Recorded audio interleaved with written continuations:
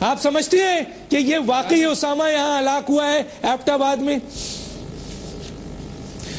دانش دیکھیے، حضور صلی اللہ علیہ وآلہ وسلم کی ایک حدیث شریف ہے جس کا مفہوم ہے کہ انسان کے جھوٹا ہونے کے لیے یہ بات کافی ہے کہ سنی سنائی بات بغیر تحقیق کے آگے بیان کر دے. یہ امریکنز کمپلسو لائرز ہیں. آج تک 9/11 کے حوالے سے یہ جھوٹ بولتے آئے ہیں. آج تک یہ نہیں ثابت ہو سکا کہ 9/11 کس نے کیا. خود امریکہ میں ایک انویسٹیگیشن نہیں کرائی گئی 9/11 کے حوالے سے. کسی ایک آدمی کو نہ نوکری سے نکالا گیا نہ سزا دی گئی. اس کے بعد عراق کے ویپنز آف ماس ڈسٹرکشنز پہ انہوں نے اتنا بڑا جھوٹ بولا کہ پوری دنیا کو کنونس کیا کہ عراق کے پاس ایٹمی ہتھیار ہیں اور وہاں پر کچھ نہیں تھا. لیکن ایٹمی ہتھیاروں کو تلاش کرنے سے پہلے انہوں نے اپنے انسپیکٹرز بھیجے جنہوں نے پورے علاقے میں پھیل کر ایٹمی ہتھیاروں کو تلاش نہیں کیا. انہوں نے اپنے جاسوس تیار کیے، اپنے ایسٹس تیار کیے. انہوں نے عراق کے اندر وہ سارا جال بچھایا جس کے نتیجے میں جب بعد میں انہوں نے فوجیں داخل کی تو وہاں پر عراقی فوج مزاحمت کرنے کے لیے باقی ہی نہیں بچی تھی. یہ سب کچھ کولن پاول نے جھوٹ بولے تھے یونائٹڈ نیشنز میں. لہٰذا امریکنز کی کریڈیبلٹی اس لیے بھی صفر ہے کہ خود میڈلین البرائٹ بذات خود آن ریکارڈ کہہ چکی ہیں کہ امریکن انٹیلیجنس کو اچھی طرح پتا ہے کہ اسامہ مارا جا چکا ہے اور صرف امریکن پریزیڈنشل الیکشن سے پہلے کسی وقت اس راز کو کھولا جائے گا. General Aslam Beg chief of army staff Pakistan کے رہ چکے ہیں. ان کا بیان ہے کہ 2001 میں تورا بورا میں مارا گیا ہے. بے نظیر بھٹو صاحبہ کا بیان آپ سنا چکے ہیں ابھی کہ یہ 2007 سے پہلے مارا جا چکا ہے. لہذا ہمارے پاس اس وقت ایبٹ آباد آپریشن کا کوئی ثبوت موجود نہیں ہے کہ ہم یہ یقین کریں کہ وہاں اسامہ موجود تھا یا نہیں تھا. لیکن ہمارے نزدیک یہ بات اب بےمانی ہو گئی ہے.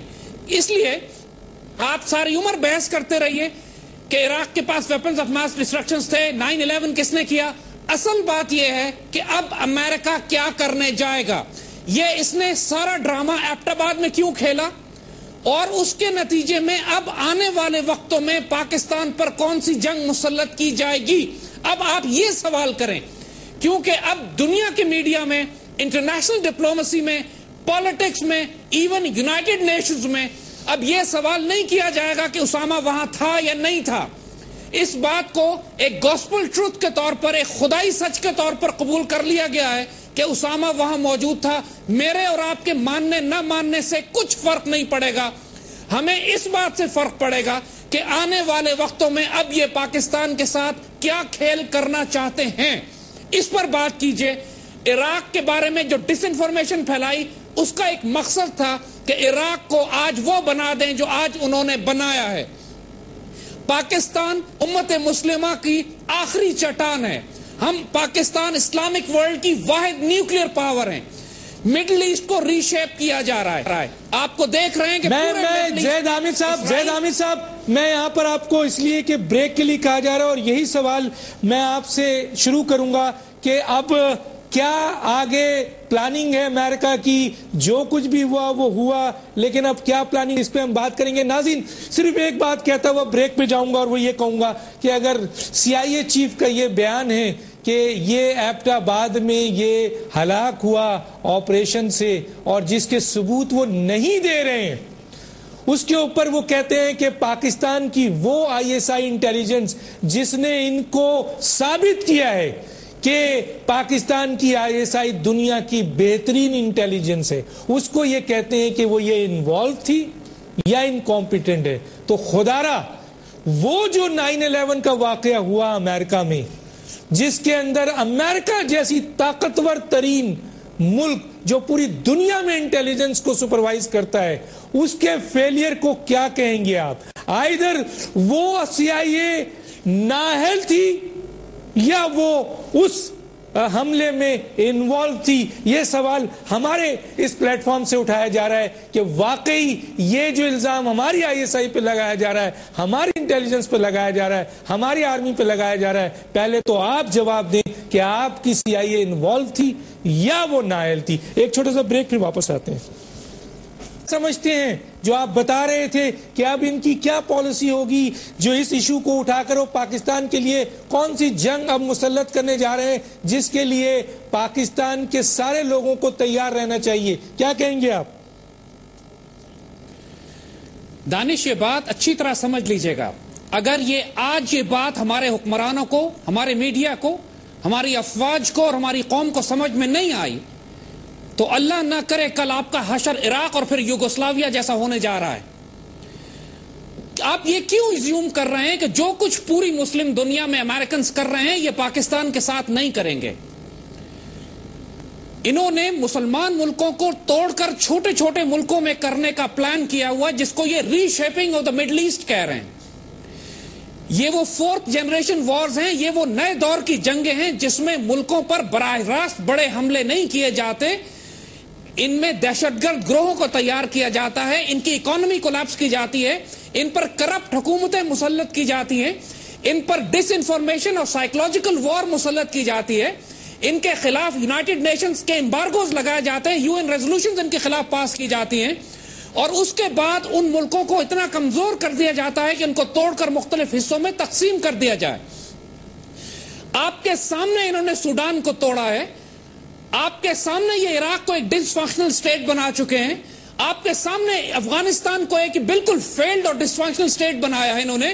ایجپٹ کو انہوں نے تختہ الٹ کے وہاں پہ ایک ایسی ڈکٹیٹرشپ بنائی ہے جس میں ایجپٹ کے صدر کا نام آپ نہیں جانتے. لیبیا پر انہوں نے حملہ کیا ہے، لیبیا کو ڈیفیکٹو 2 حصوں میں توڑ دیا انہوں نے. بنغازی ایک طرف ہے، ٹرپلی ایک طرف ہے، اور بنغازی کے غازیوں کو براہ راست وہاں کے لوگ رہنے والے لوگوں کو براہ راست نیٹو سپورٹ کر رہی ہے، اور ایک امبارگو لگا دیا ہے ٹرپلی پہ کہ اب کسی قسم کی کوئی ٹریڈنگ قذافی باہر نہیں کر سکتا. یہی سارا کھیل ان کا پاکستان کے ساتھ ہے، اور پاکستان اس لیے یونیک ہے کہ ہم ایک اسلامی ایٹمی نیوکلیئر طاقت ہیں. پچھلے 3 سال میں جب سے یہ جمہوریت انہوں نے ہم پر مسلط کی ہے، مشرف یہاں پر یہ جو ایک ناپاک جمہوریت مسلط کی ہے، اس کے بعد پاکستان پر ایک فیز آیا تھا کہ جس کے تحت اکانومی کا کولیپس ہوا، بغاوتوں کو تقویت دی گئی. پچھلے 3 سال میں پاکستان فوج چاروں طرف سے پھیلی ہوئی ہے اور اس قدر زیادہ انوالوڈ ہے کہ اب کسی اور کام میں کرنے کے قابل نہیں سوائے ملکی دفاع کے. اور پاکستان آرمی کو یہاں پر انگیج کرنے کا ایک مقصد یہ بھی ہے کہ جب مڈل ایسٹ میں سعودی عربیہ کو یہ خطرہ ہو، کیونکہ ہمیشہ یہ ہوتا ہے کہ جب بھی سعودی عربیہ کو خطرہ ہوتا ہے تو پاکستان سے فوجیں جاتی ہیں سعودی عربیہ کے دفاع کے لیے. اب reshaping of the Middle East میں سعودی عربیہ کو بھی نشانہ بنایا جائے گا، اور یہ پاکستان فوج کو یہاں پھنسانے کا مقصد یہ ہے کہ اب پاکستان فوج پھر سعودی عربیہ جا کر اپنے حرمین کا دفاع نہیں کر سکے گی. اور یہ جو نیا ڈرامہ انہوں نے شروع کیا یہ آخری فیز ہے اس کا. افغانستان میں ان کی JSOC موجود تھی، جوائنٹ اسپیشل آپریشنز کمانڈ، جس کا ایک آدمی آپ نے ریمنڈ ڈیوس پکڑا تھا. JSOC کی موجودگی کے بارے میں 2007 میں ہم نے پاکستانی قوم کو بتایا تھا، اور ڈیوس کے پکڑنے کے بعد یہ باتیں سامنے آ گئی تھی. ڈیوس جیسے لوگ، سینکڑوں لوگ پاکستان میں ان کے پھیلے ہوئے تھے پچھلے کئی سال سے، جو مشرف دور سے جن کو اجازت دی گئی تھی. حسین حقانی نے آنے کے بعد ان کو ویزے ایشو کیے تھے، اور ISI کو ان کا کوئی علم نہیں تھا. ان تمام لوگوں نے جو جاسوسی کا جال یہاں پر بچھایا، جو تحریک طالبان کو سپورٹ کیا، جو کراچی میں دہشت گردی ہو رہی ہے، بلوچستان لبریشن آرمی کو تیار کیا گیا، یہ سارا کام ISI نہیں کر رہی تھی، JSOC کر رہی تھی پاکستان کے خلاف.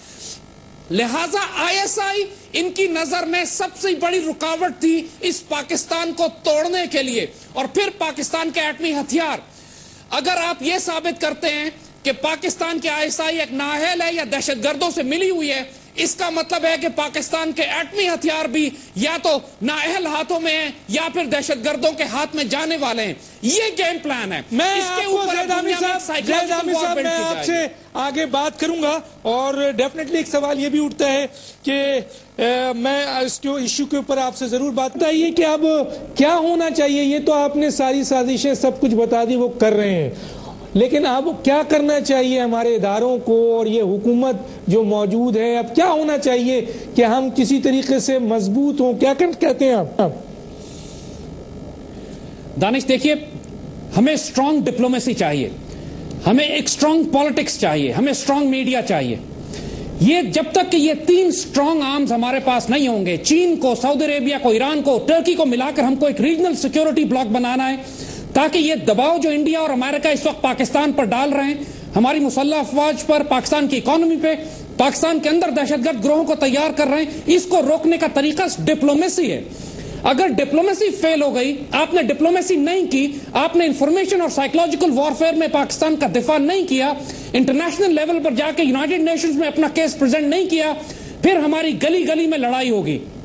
لہذا جہاں تک اس حکومت کا تعلق ہے, یہ حکومت میر جعفر یا میر صادقوں سے بھری ہوئی ہے, یا اس میں دانا ہمارے غدار ہیں یا نادان دوست ہیں, ان سے کوئی خیر کی امید نہیں ہے ہمیں. لہذا ہم سپریم کورٹ سے اور فوج سے دونوں کو مخاطب کر کے کہتے ہیں, خاص طور پر اپنی فوج کے ساتھ, کہ پوری قوم آپ کے ساتھ کھڑی ہوئی ہے, فکر نہ کریں, آپ اکیلے نہیں ہیں, آپ 7 لاکھ کی فوج نہیں ہے, 17 کروڑ کی قوم آپ کے ساتھ ہے, کم از کم 50 لاکھ مسلح پاکستانی اگر پاکستان پہ کوئی آزمائش ہوئی تو آپ کے ساتھ کھڑے ہوں گے انشاءاللہ. لہٰذا جو مشکل فیصلے کرنے کریں, امریکہ کے دانت توڑیں, انڈیا کو پیچھے ہٹائیں جو کرنا ہے, اور اللہ کے فضل سے پاکستان نہ کانچ کا بنا ہے نہ ہم نے چوڑیاں پہنی ہوئی ہیں. اللہ کے فضل اور کرم سے اس پاکستان پر سایہ خدائے ذوالجلال ہے, جو فیصلے کرنے کریں, ہم ساتھ کھڑے ہیں انشاءاللہ. اس پاکستان کی آبرو سب سے اہم ہے. یہ ہمارا پیغام ہے قوم کے لیے اور فوج کے لیے, اور سیاستدانوں کو بھی سن لینا چاہیے یہ بات اچھی طرح. ٹھیک ہے, میں اب آپ بتائیں کیا کرنا ہے کہ اس وقت جو کچھ بھی ہوا وہ ہوا, لیکن اب 17 کروڑ عوام کو, پاکستان کی آرمی کو, پاکستان کے ISI کو, پاکستان کے محب وطن سیاستدان اور پارلیمنٹیرین کو اور اس میڈیا کو چاہیے کہ وہ بس ایک ڈائریکشن پہ اب کام کرے, مل کے کام کرے, اور وہ یہ کرے کہ ہم نے پاکستان کو اس خطرات سے نکالنا ہے. اس کے اوپر کوئی کمپرومائز نہیں ہے. پاکستان کی آرمی اور پاکستان کی ISI پہ اگر کوئی آنچ آیا تو اس کا مطلب یہ ہے کہ وہ پاکستان پر آنچ آنا ہے. تو اس لیے تمام میڈیا کو, تمام سیاستدان, پارلیمنٹیرین کو, تمام لوگوں کو مل کر, عوام کو مل کر اس وقت پاکستان آرمی اور پاکستان کی انٹیلیجنس کو مضبوط کرنا چاہیے, اور ان کو حوصلہ دینا چاہیے کہ ان کے پیچھے بہت بڑی طاقت عوام کی کھڑی ہے. ڈاکٹر دانش کو اجازت دیجیے. اللہ حافظ.